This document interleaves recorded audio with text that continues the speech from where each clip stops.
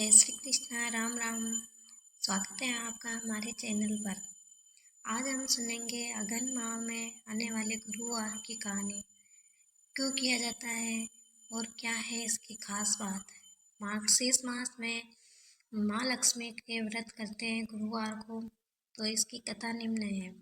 श्री माँ लक्ष्मी की गुरुवार की कथा भारतवर्ष के सौराष्ट्र देश में द्वापर युग की कहानी है।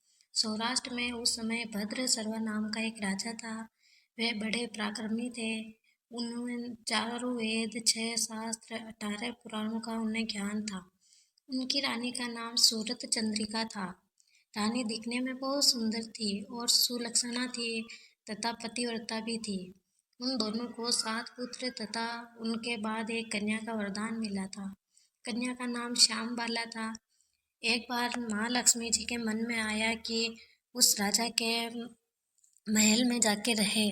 इससे राजा को दुगुनी धन दौलत की प्राप्ति होगी और वह इस धन दौलत को अपनी प्रजा और जनता को दे दान करके सुख पाएगा। गरीब के घर अगर जाएगी तो उन्हें धन दौलत का स्वार्थ आ जाएगा और वो उन्हें खर्च नहीं कर पाएगा। यह सोचकर माँ लक्ष्मी जी बूढ़ी ब्राह्मण का रूप धारण करके हाथ में लकड़ी लेके लकड़ी के सहारे सहारे उन्हें बूढ़ी औरत का रूप धारण किया था, पर उनके चेहरे पर बहुत सारा तेज था। उन्हें देखते ही एक दासी सामने आई और उनका नाम दाम और काम पूछने लग गई। ब्राह्मण रूपी माँ लक्ष्मी ने कहा, बालिके, मेरा नाम कमला है। मेरे पति का नाम भुवनेश है। हम द्वारिका में रहते हैं। तुम्हारी रानी पिछले जन्म में एक वेश्या की पत्नी थी। वह वेश्या बहुत गरीब था और गरीबी के कारण हर रोज घर में झगड़े होते थे और उस रानी को उसका पति रोज मारता था। इन बातों से तंग आकर वह घर छोड़कर चली गई तथा वन में खाली जगह तंग आके वह घर छोड़ कर चली गई और वन में खाली पेट भटकने लगी। उसकी इस दुर्दशा पर मुझे दया आई। तब मैंने उन्हें सुख संपत्ति देने वाली श्री माँ लक्ष्मी की कथा सुनाई। मेरे कहने पर उसने श्री माँ लक्ष्मी का व्रत किया। श्री माँ लक्ष्मी प्रसन्न हुई और उसकी गरीबी दूर हुई। उसका घर संसार दौलत संतति संपत्ति से भर गया। बाद में वह पति पत्नी दोनों परलोक सिधारे और लक्ष्मी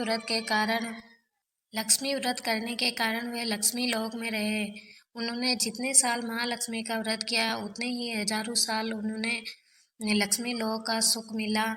इस जन्म में उसका जन्म राजघराने में हुआ, परंतु वह श्री महालक्ष्मी का व्रत करना भूल गई। उसे यह याद दिलाने के लिए आई हूँ। बुढ़िया माई की बातें सुनकर दासी ने उन्हें प्रणाम किया तथा श्री महालक्ष्मी का व्रत किस तरह किया जाए इस बारे में पूछा। बुढ़िया रूप धारण किए हुए श्री महालक्ष्मी माता ने दासी को पूजा की विधि और महिमा बताई। इसके बाद वह दासी माता को प्रणाम कर रानी को बताने अंदर चली गई। राज वैभव में रहते हुए रानी को अपने ऐश्वर्य का बहुत घमंड हो गया था। संपत्ति तथा अधिकार की वजह से वह बहुत ही उन्मत्त हो गई थी। दासी द्वारा बताई गई बातें सुनकर वह आग बबूला हो गई और राजद्वार पर आकर बुढ़िया रूपी श्री महालक्ष्मी पर बरस पड़ी। उन्हें यह मालूम नहीं था कि श्री महालक्ष्मी माता बुढ़िया का रूप धारण किए उनके द्वार पर आई, परंतु रानी का इस कदर रुख व्यवहार देखकर और उन अपना अनादर देकर माता ने वहाँ ठहरना ठीक न समझा। वे आगे चल पड़ी। रास्ते में उन्हें राजकुमारी श्याम बाला मिली। उन्होंने श्याम बाला को सारी बातें बताई। श्याम बाला ने अपनी ओर से श्री माता लक्ष्मी से महालक्ष्मी से माफ़ी मांगी। माता को उस पर दया आ गई और उन्होंने श्याम बाला को श्री महालक्ष्मी व्रत के बारे में बताया। उस दिन अगहन यानी मार्गशीर्ष माह का पहला गुरुवार था।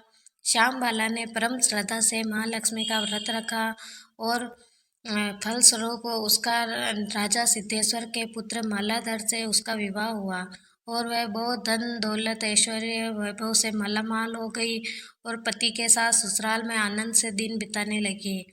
लेकिन इधर रानी के माता लक्ष्मी का अपमान करने पर उनके घर में बहुत गरीबी आ गई और वो जंगल में भटकने लगे।